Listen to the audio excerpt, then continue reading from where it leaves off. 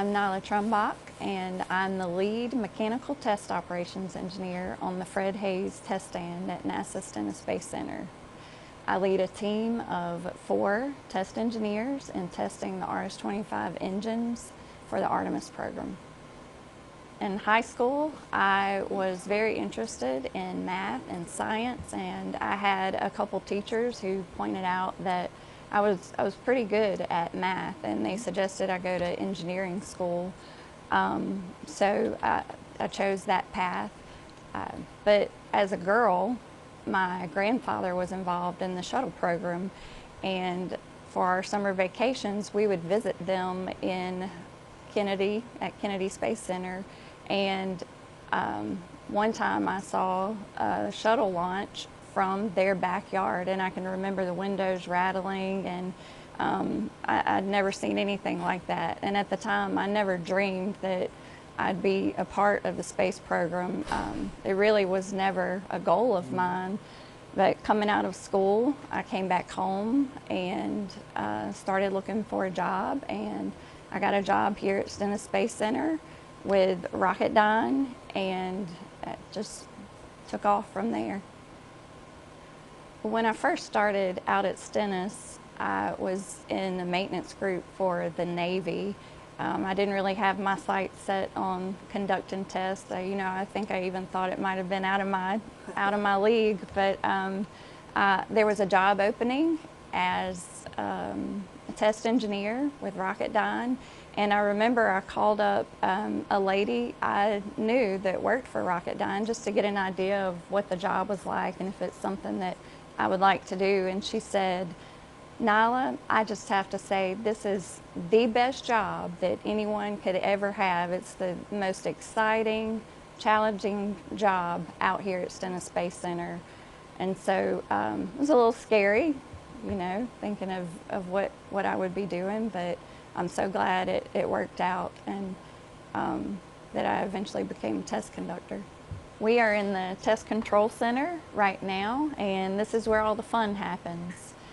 As test conductor for the day, you are in control of all operations for the day. So you have to be knowledgeable about all systems, the nitrogen systems, helium systems, there's hydraulic systems. You are in control of all of that, and you direct the test team.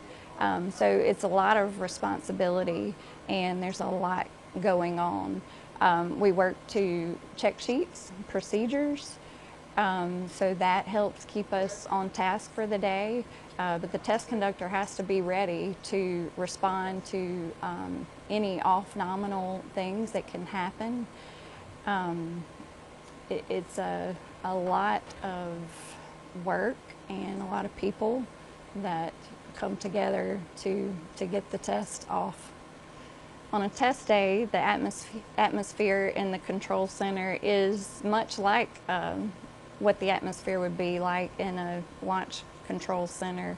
It starts out fairly calm, people getting set up and getting into their operations, but as the test day goes on, the tension becomes more and more and continues to increase up until auto sequence start.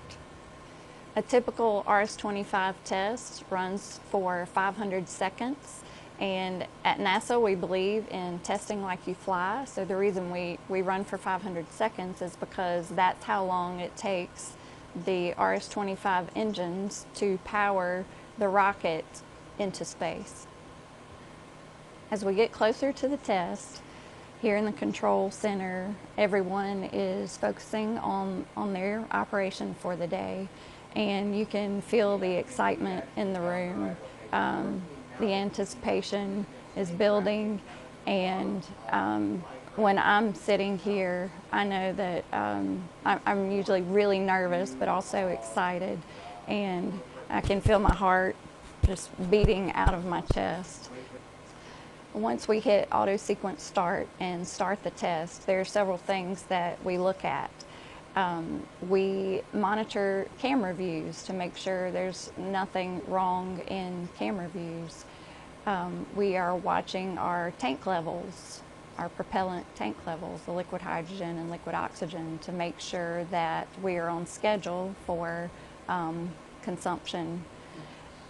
We are also looking at the engine profile and making sure that all of our valves and systems are performing as expected for the test profile for that particular test.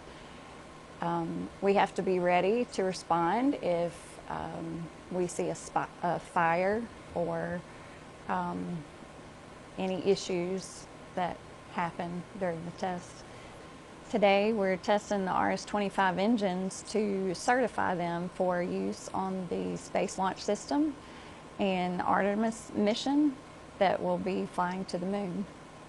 So when you're watching the test, you'll see what looks like a huge cloud of smoke coming out of the test stand, but it's not actually smoke.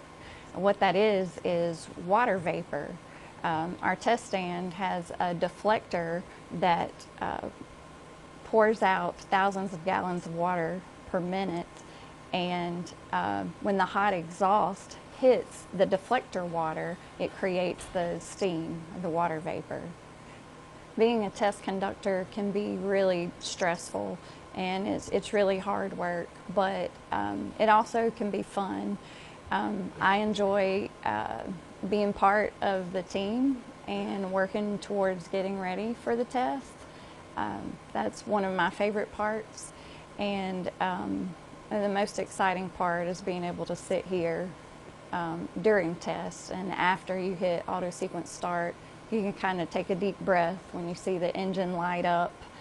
And sure, there's a lot to look at after that, but to me that is the most enjoyable part. You can kind of sit back and look and watch the engine fire.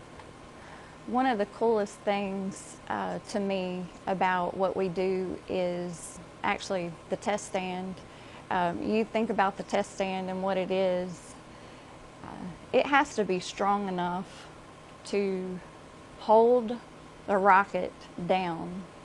The rocket is meant to launch heavy, super heavy, items, rocket into space, but the test stand has to hold that down, has to hold the rocket down so we can perform a good test. I just think that's really amazing how these test stands were built and what they were made to do. If you're a young person out there today and you think that you'd like to become a test engineer, I would say focus on math and science and work hard. It can be hard sometimes, so don't give up, and if you stay at it, you can do it.